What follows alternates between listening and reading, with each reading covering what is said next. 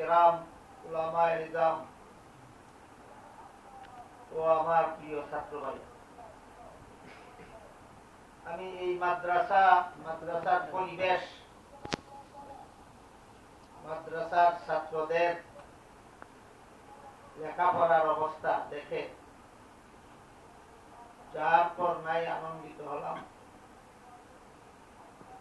এবং এরকম একটা পরিবেশ, এমন একটা সুষ্ঠু লেখাপড়ার অবস্থা দেখতে পাবো, এটা আমার কল্পনায় ছিল। আলহামদুলিল্লাহ, আল্লাহর শুকরিয়া আদায় করি, আল্লাহ এই লেখাপড়া, এই পরিবেশ, এই প্রতিষ্ঠানকে কবুল করুন। বিশেষ করে বিভিন্ন হাফেজ ছাত্রদের পড়াশুনে আমি খুবই খুশি হলাম। সমস্ত হাফেজ ছাত্রদের জন্য দোয়া করি, আল্লাহ তাদেরকে খুদ্দামে কুরআন হিসাবে কবুল করুন। আর যারা মদনী নেশাবে লেখাপড়া করেন তাদের জন্য দোয়া করি, আল্লাহ তাদেরকে ভবিষ্যতের ওয়ারাসাতুল আম্বিয়া হিসাবে কবুল করুন। সাথে সাথে হেফজখানায় পড়নেওয়ালা ছাত্রদের উদ্দেশ্যে আমি একটা নসিহত রাখতে চাই।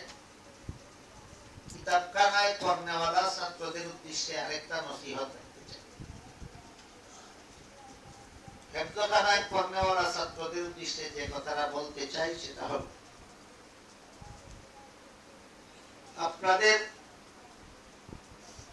কোরআন পড়া, কোরআন মুখস্থ করা, এর উদ্দেশ্য কোরআনকে উসিলা বানাইয়া দুনিয়া ধন সম্পদ হাসিল করা নয়, বরং এর উদ্দেশ্য হল কোরআনকে যথাযথভাবে দুনিয়াতে হেফাজত করা। কাজেই এই ব্যাপারে কোরআনকে অবলম্বন করে দুনিয়ার সম্পদ উপার্জন করার একটা বৈধ পদ্ধতি আমাদের, অবৈধ পদ্ধতি আমাদের সমাজে চালু। সেটা হলো তারাবিহের নামাজে কোরআন খতম করে টাকা পয়সা। এই টাকা পয়সা নেওয়ার ব্যাপারে একটা অবস্থা হলো, একজন মুসল্লি একজন হাফেজ সাহেবের পিছনে তারাবিহের নামাজ পড়ে, তৃপ্তি পেল, মনটা তার খুশি হলো, খুশি হয়ে সন্তুষ্ট হয়ে হাফেজ সাহেবকে কিছু ব্যক্তিগতভাবে তার পক্ষ থেকে হাদিয়া দিল। হাফেজ সাহেবেরও জানা ছিল না যে একটা লোকে খুশি হয়ে আমাকে হাদিয়া দিল। এই লোকেরও আগে জানা ছিল না যে তার পড়াশুনে আমার মনটা খুশি হবে।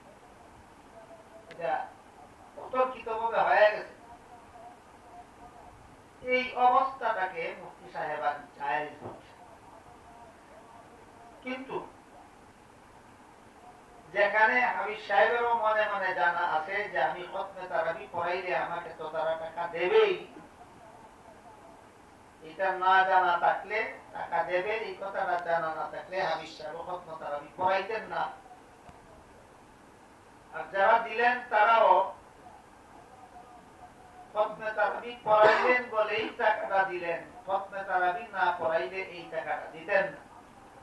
এইরকম অবস্থা যে সমস্ত ক্ষেত্রে বিদ্যমান, এই সমস্ত ক্ষেত্রে সমস্ত মুফতিয়ানে কেরাম একমত যে এই টাকা দেওয়া হারাম, নেওয়া হারাম।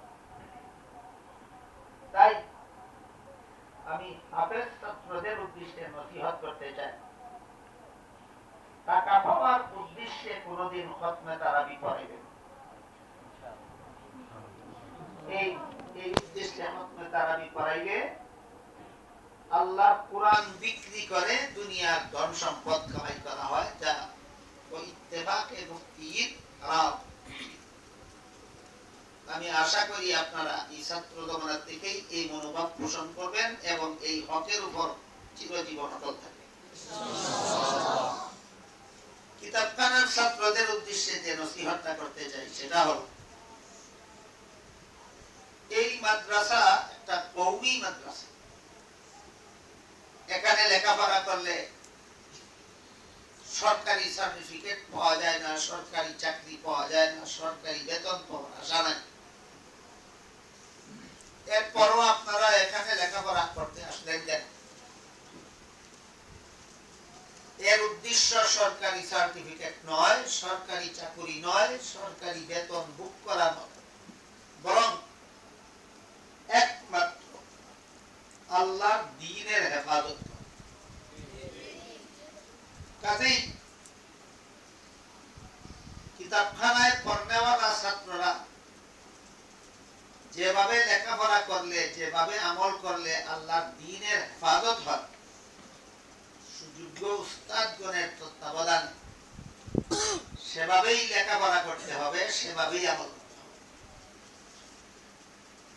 আপনাদেরকে সমাজের অনেক লোক এমন উস্কানি দিবে, এমন উস্কানিদাতার অভাব নাই সমাজে, যারা বলবে যে এখানে পড়লে সরকারি সার্টিফিকেট পাওয়া যায় না, সরকারি চাকরি পাওয়া যাবে না, এখানে কেন তোমরা পড়তে গেলে জীবনটা বিনষ্ট করতে বেকার।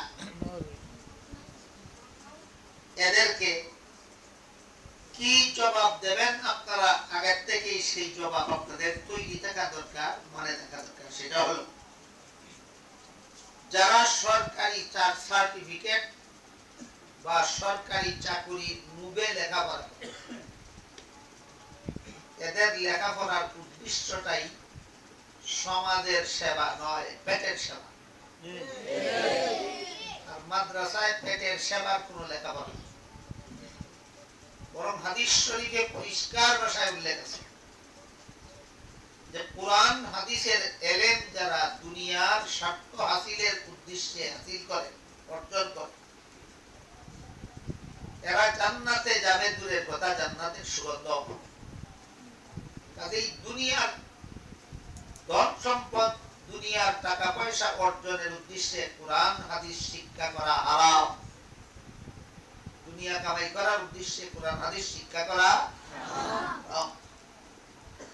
কাজেই আপনাদেরকে যখন কেউ বলে যে কেন শিক্ষা করতে গেলে এখানে সরকারি সার্টিফিকেট পাওয়া যাবে না, চাকরি পাওয়া যাবে না, সাথে সাথে বলে দিবেন বেতন ভোগের লোভে কোরআন হাদিস শিক্ষা করা হারাম।